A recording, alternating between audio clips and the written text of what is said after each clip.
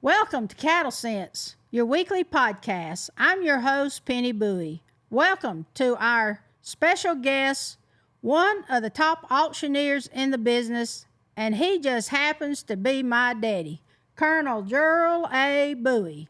Before we get started, I need to state that this is part 2 of a 3-part series of Bowie's Cinderella Story. I'm ready. All right, now let me get this straight. Don Green got you interested in auctioneering. Unbeknowingly. Shirley Myers actually helped you get started in the purebred cattle business. Without him, I wouldn't have done it. And third, John Cubbert, who was from Florida, right, at the time? Right, he tied on to me for the Charolais breed. He was your first manager you worked for. That's correct. Okay. So now, who else has influenced you? Well, let's think about it a minute. Number one is Joe. Without her, I couldn't have done what I did. She had to stay at home and hold down the fort. So number one, her. Number two, you, Mark, and Jennifer. I had to do well, and that guided me some too. Another thing that a lot of people don't think about, when we moved to Rose Hill Farm, we moved into a loving community. We're still there today. Name of it was Union Community, and it was on the line between Harris County and Troup County, Georgia, and all of the neighbors were farmers. Within a 3-mile radius of our farm, there was 13 dairies, and all these guys farmed, cut hay, raised corn, and all. Needless to say, they all helped me learn the farming business. They knew I wasn't but 19 years old. Remember? They knew you as a greenhorn. Yeah, I was 19. I didn't turn 20 till June. And I was a greenhorn, and they all helped me and worked with me. But then after being there a long time and fixing to start talking about who helped me into the auction business, I had 2 people in the community that really helped me. One of them was Curtis Avery. Curtis Avery was a dairy farmer there, and Curtis Avery was kind of an unusual man.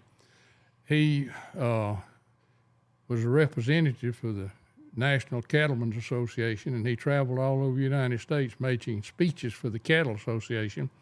Had a tremendous herd of dairy cattle. He sold the dairy cattle and started buying beef cattle. Well, he got interested in what I was doing from day one.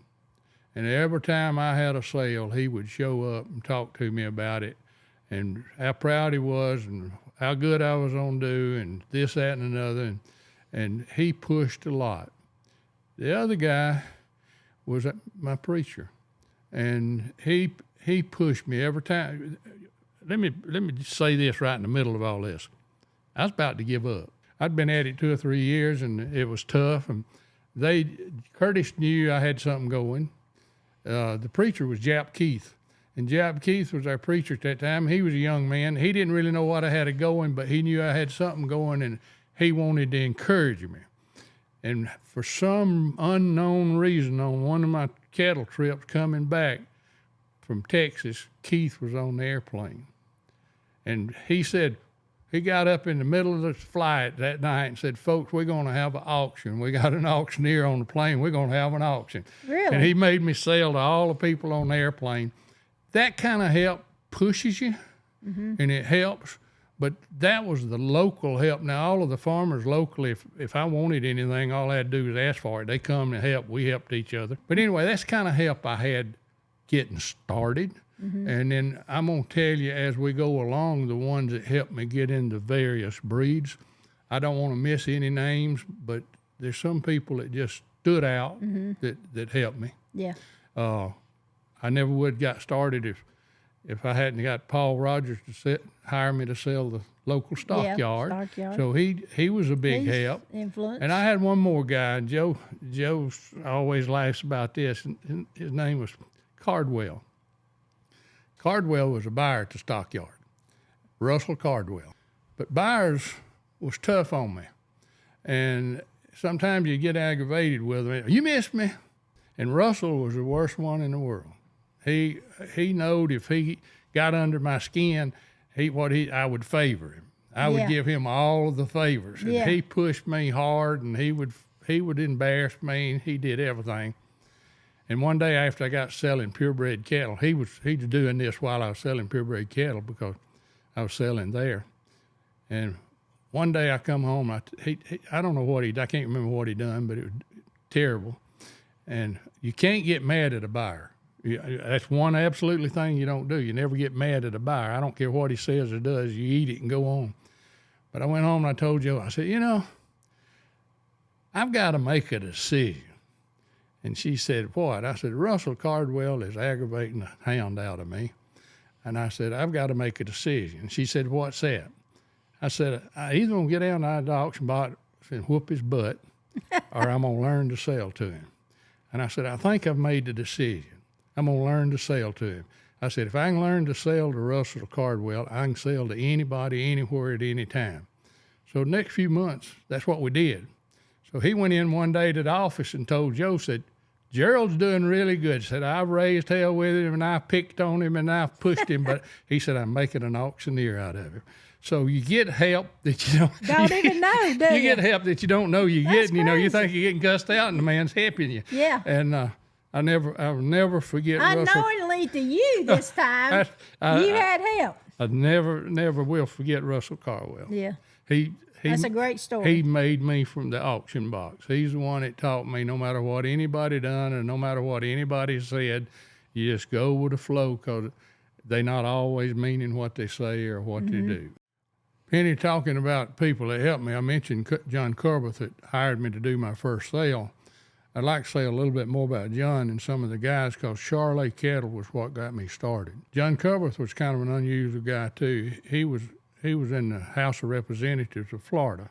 So he was an unusual person to be doing a cattle management, but he was very good, and his wife helped him, Barbara. He was the man that he tied on to me in a way that I didn't realize, and I was doing all of his sales. So then I branched out, and how I got started outside of John Corbett, I bought a small herd of cattle from Bunker Hunt in Dallas, Texas. The manager at Bunker Hunt was Richard Hass. Richard Hass was a true cowman, a true ranch manager. He looked after Bunker Hunt stuff, and we're talking about a tremendous ranch. Richard Hass told Robert Jernigan to hire me as one of the auctioneers for the hunt sale. Okay. The first hunt sale I had, I think George Morse and Kurt Rogers sold it. That's where I met E.C. Larkin. Our sponsor today is the Beefmaster Cowman. And guess who I got on the show? The editor and publisher, Mr. E.C. Larkin from San Antonio, Texas. Thank you, E.C., for sponsoring this segment. Thank you, Penny. On behalf of the Beefmaster Cowman and myself, I want to say congratulations to Gerald Bowie on his all his years of service. I've known him since 1972, and he was selling cattle before that. And we started out with Nelson Bunker Hunt's 4-day sale in 72. And since then, I've worked probably 30 or 40 days a year with him for 40 years. And he's always been a man of integrity. He's a great auctioneer, and he was really always good to his ring men. So we all appreciate him a lot. He liked to sell cattle fast, and so did we. But he also mainly liked to sell them high, and that's why all the consigners like to have him at their sale. And he's a man of, like I said, of integrity and a good person and a good friend to me and mine and my family since 1972. Congratulations, Gerald. We'd have 2-day sales, 3-day sales, and 4-day sales with Hunt, and working with George and Kurt, and later on Stanley Stout started working with us. The Hunts was really a big deal for me to be able to sell the Hunt ranch and work with George Morse, who I think today is probably the best auctioneer I ever worked with. Kurt Rogers, I'd put him number 2. Hamilton, I'd put him number 3. And Ike Hamilton, I'd put him right ahead of all of them. Ike was just he was just great. Ike didn't sell Charolais cattle. I brought him in there because I had to mention his name. I was just naming some of the guys that I had worked with, and that's where I learned the auction business, was working with those guys that was really good auctioneers, really good cattle auctioneers, and not just everyday auctioneers. That's how I got into the Charolais. Then once I was selling the hunt sale, Buzz Gary from Pennsylvania, he started using me in the Northeast.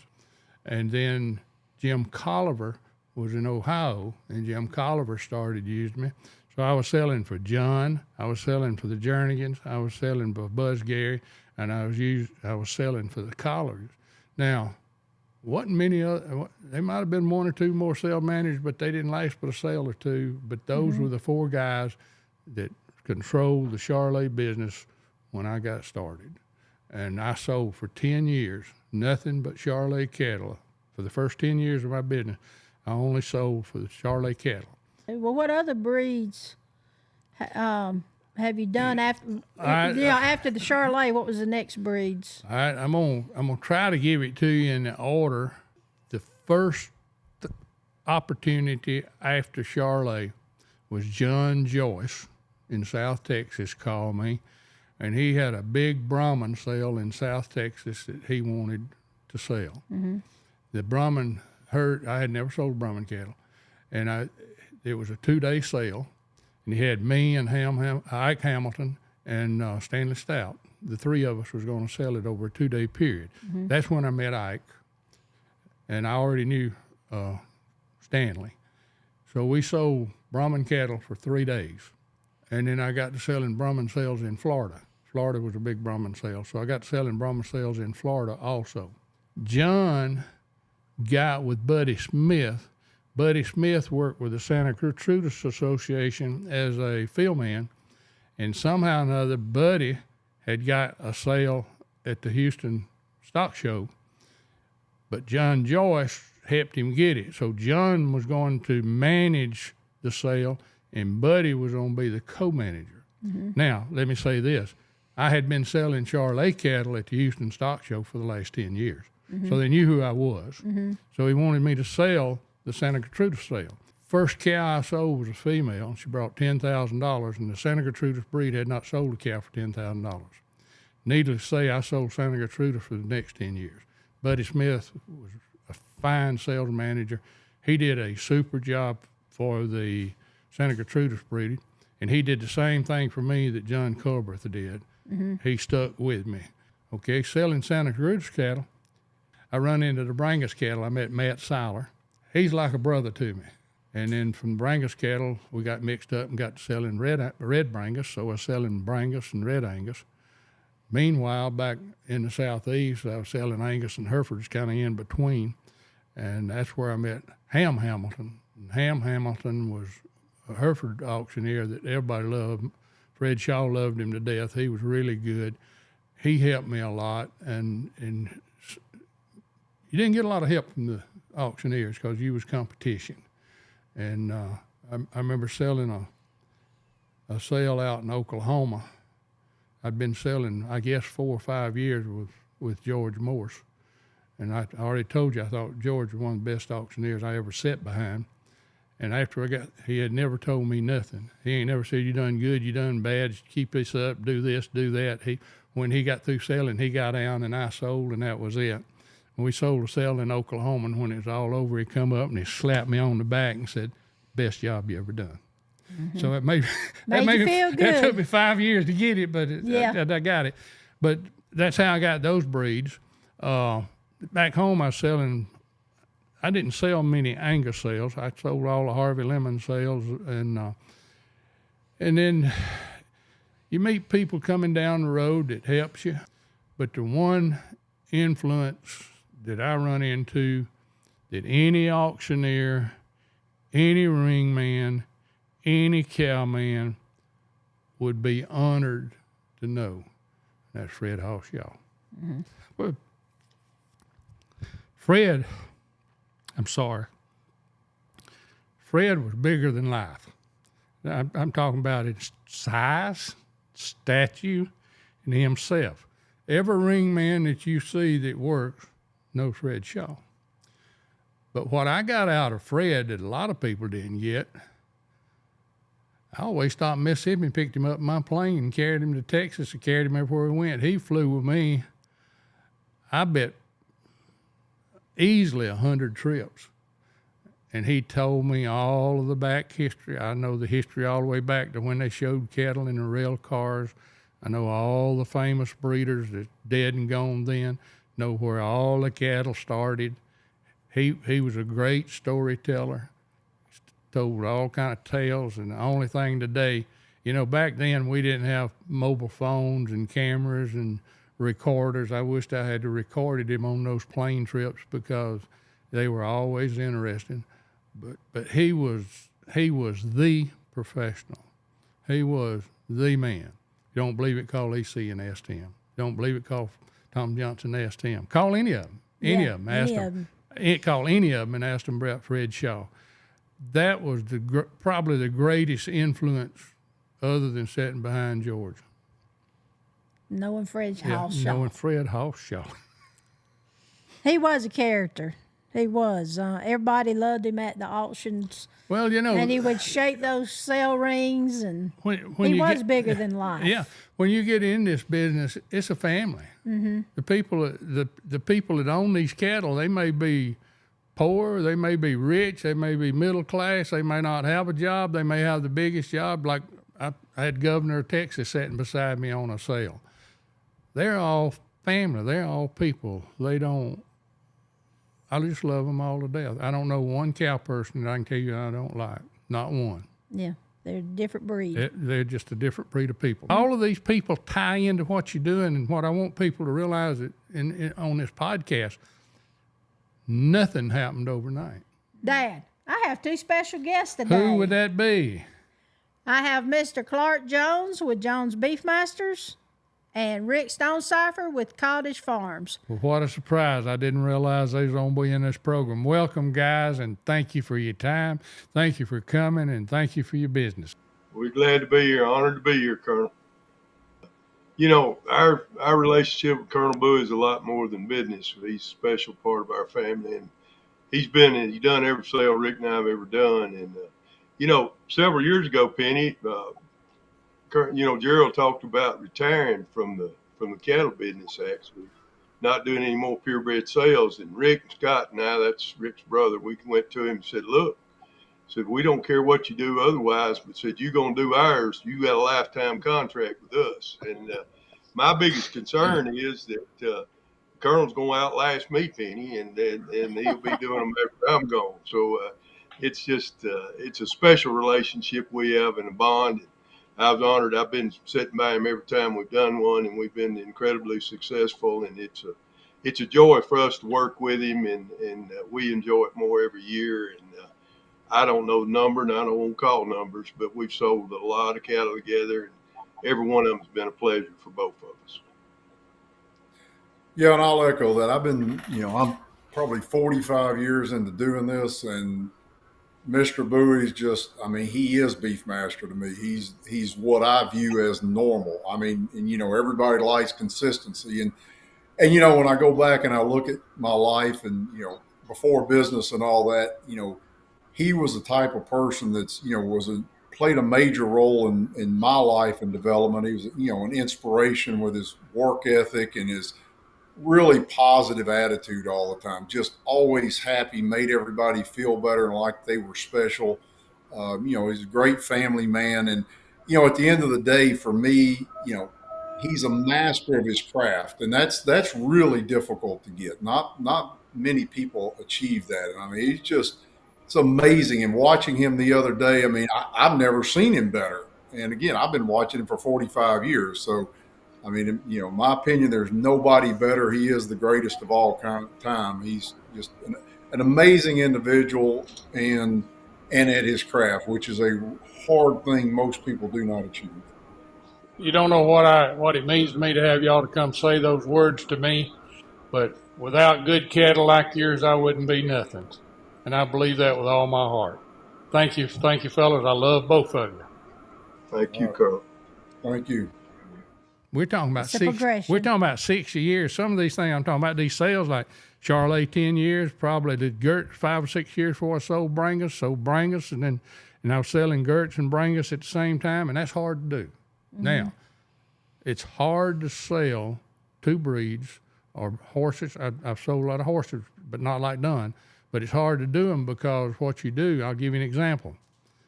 I had a little Charolais sale back in when, and I was probably going to make a minimum fee. I had another guy that come up, he was having $1 million sale. Well, you can't say, I ain't going to do this little one to do that big one. You can't do that. So if you're selling Santa Gertrudis and you're selling Brangus and you got two sales come up on the same Saturday, which one you going to do?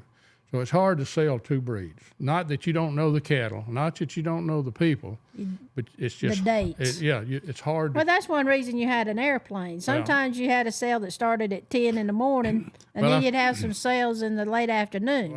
I saw real quick I needed to learn to fly, so I bought a single engine airplane and I learned to fly it, and then I learned real quick if you was going to use it, you had to have two motors, not one. And then after I got a twin engine, then I learned real quick if you're going to fly it, you got to have radar and you got to have a lot of equipment. So I sold that one after 5 years and moved up to a Baron B-55.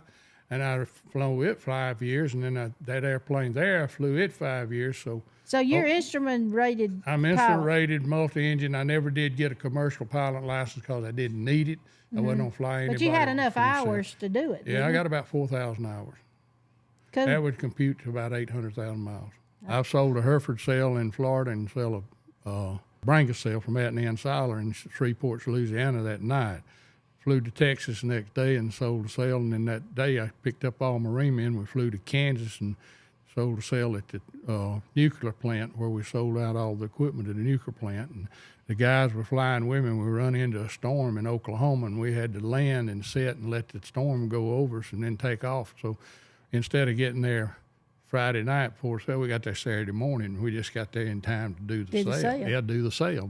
But the airplane was a big benefit. Yeah, it made big difference what I could do. Big difference. That's cool. Penny was talking about the airplanes. All of a sudden, I don't know where they come from. We was talking about cattle, talking about Matt Siler being the first man to hire me to do Brangus cattle, and I'm trying to do them the way I got them. Ronnie Pierce and Ronnie Farrington P&F Cattle Company, they started hiring me to do Brangus sales, so I was working for both of those Brangus outfits. Johnson Snowy, he was a red Brangus breeder, and he did his sale and kind of managed it himself. So I did a lot of sales for Johnson Snowy. All of a sudden, I was selling an Angus sale down in Georgia, and I met a guy by the name of Fred Thompson. Fred Thompson was working for the Angus Association. He had been the county agent in Moultrie, Georgia, and the Angus Association had hired him, and he was the field man. And I rode with him some going to screen cattle for a sale. Fred was a different kind of individual, kind of like John Coverth and Paul Rogers. He remembered numbers. That's one thing I've learned. Some people remember names, some people remember numbers. Paul Rogers couldn't remember your name, but he could tell you your phone number. Fred, he could remember cows. And make a long story short, Fred got hired for the Beefmaster Association to be the secretary. So he called me and talked to me about going down there, and he said, Gerald, it's not nothing but commercial cattle. And I don't know, but he said, I believe I can help them. So Fred went to work for the Beefmaster Association, and he got right on it right away and really got the cows kind of turned around.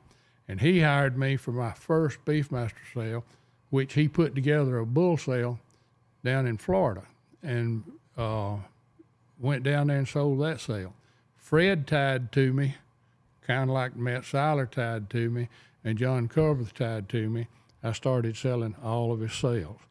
And the Beefmaster cattle started getting better and better and better and better. So one day while we were selling cattle in Oklahoma, I met a young man by the name of Bruce Robbins. Bruce Robbins was green behind the ears, right out of college. He went to Oklahoma State. But Bruce got to working with Fred. And after when Fred was the first man to introduce me to Beefmaster cattle.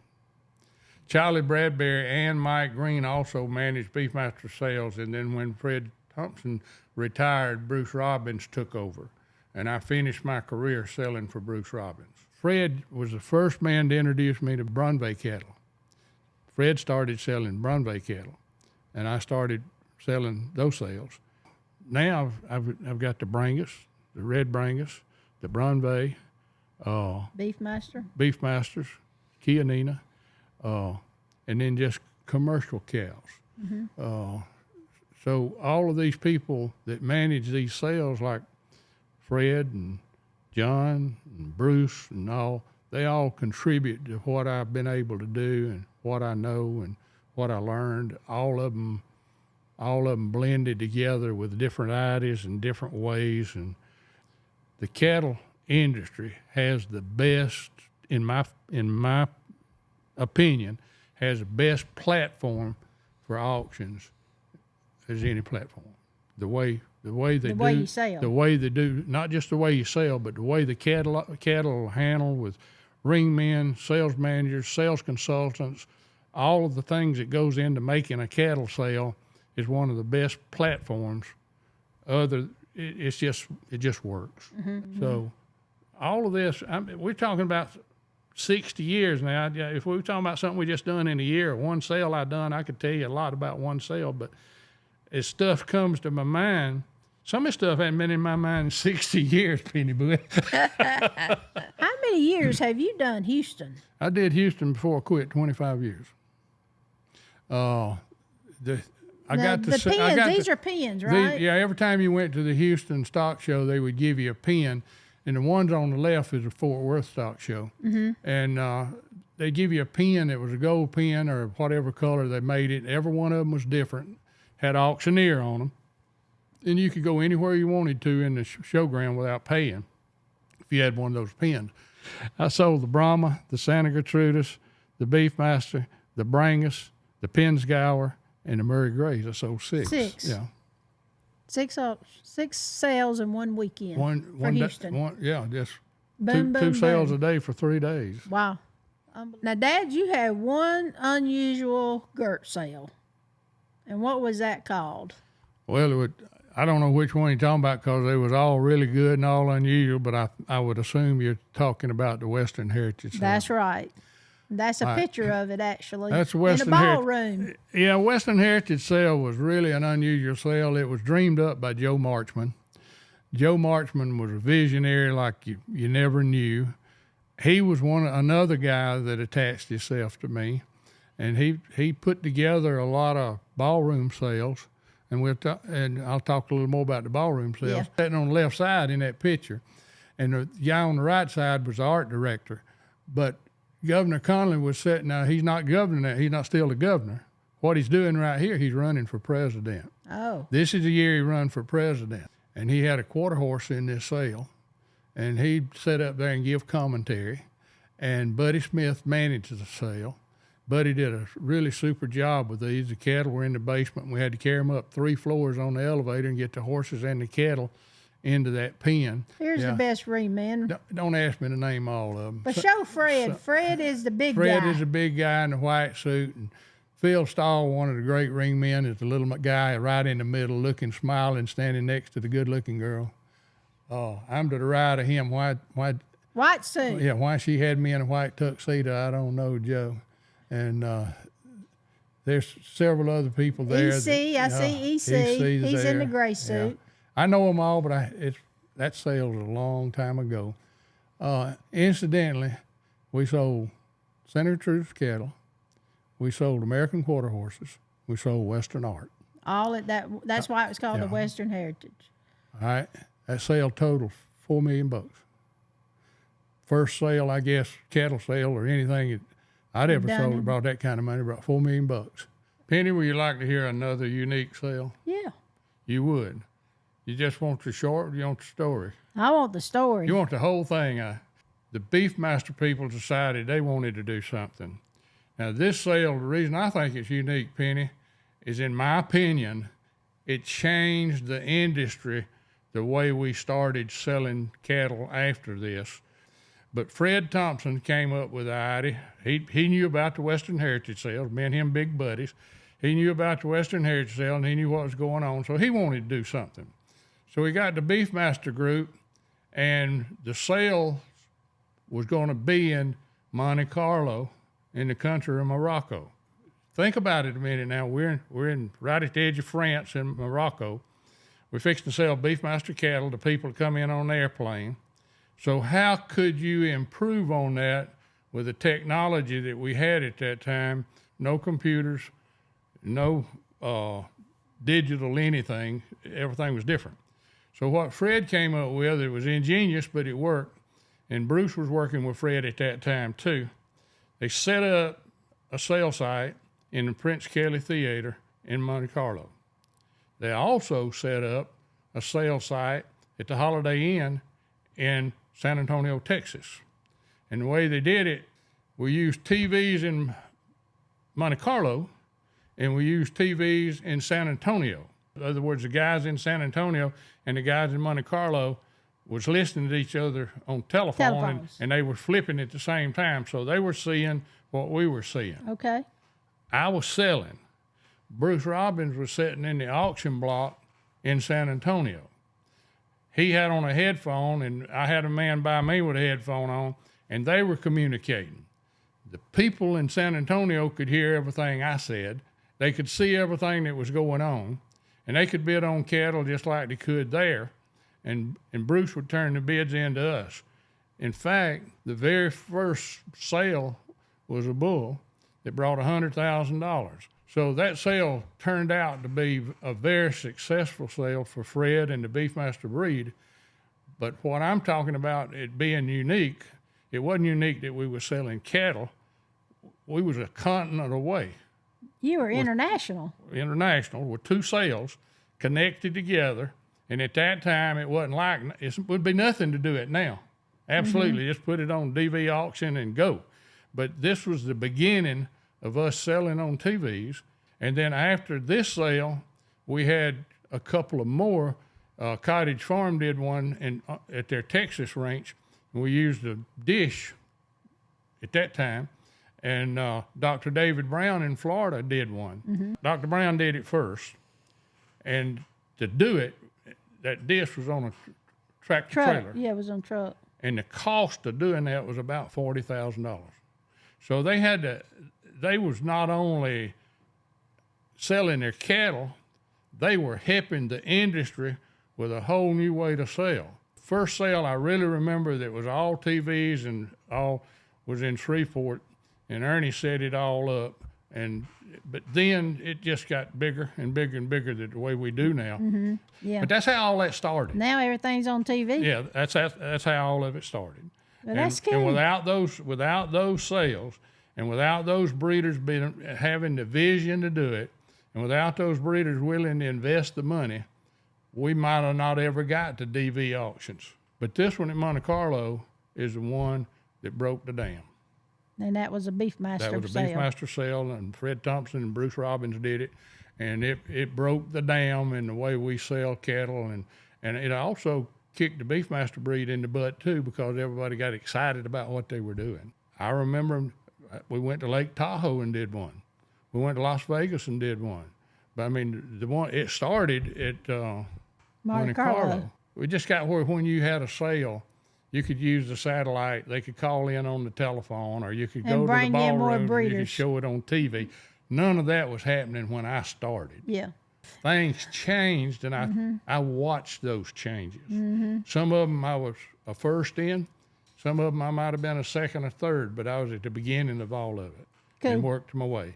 But one more time, nothing works if the breeders don't give you good cattle. That's true. Now, I know you've had some good horse sales.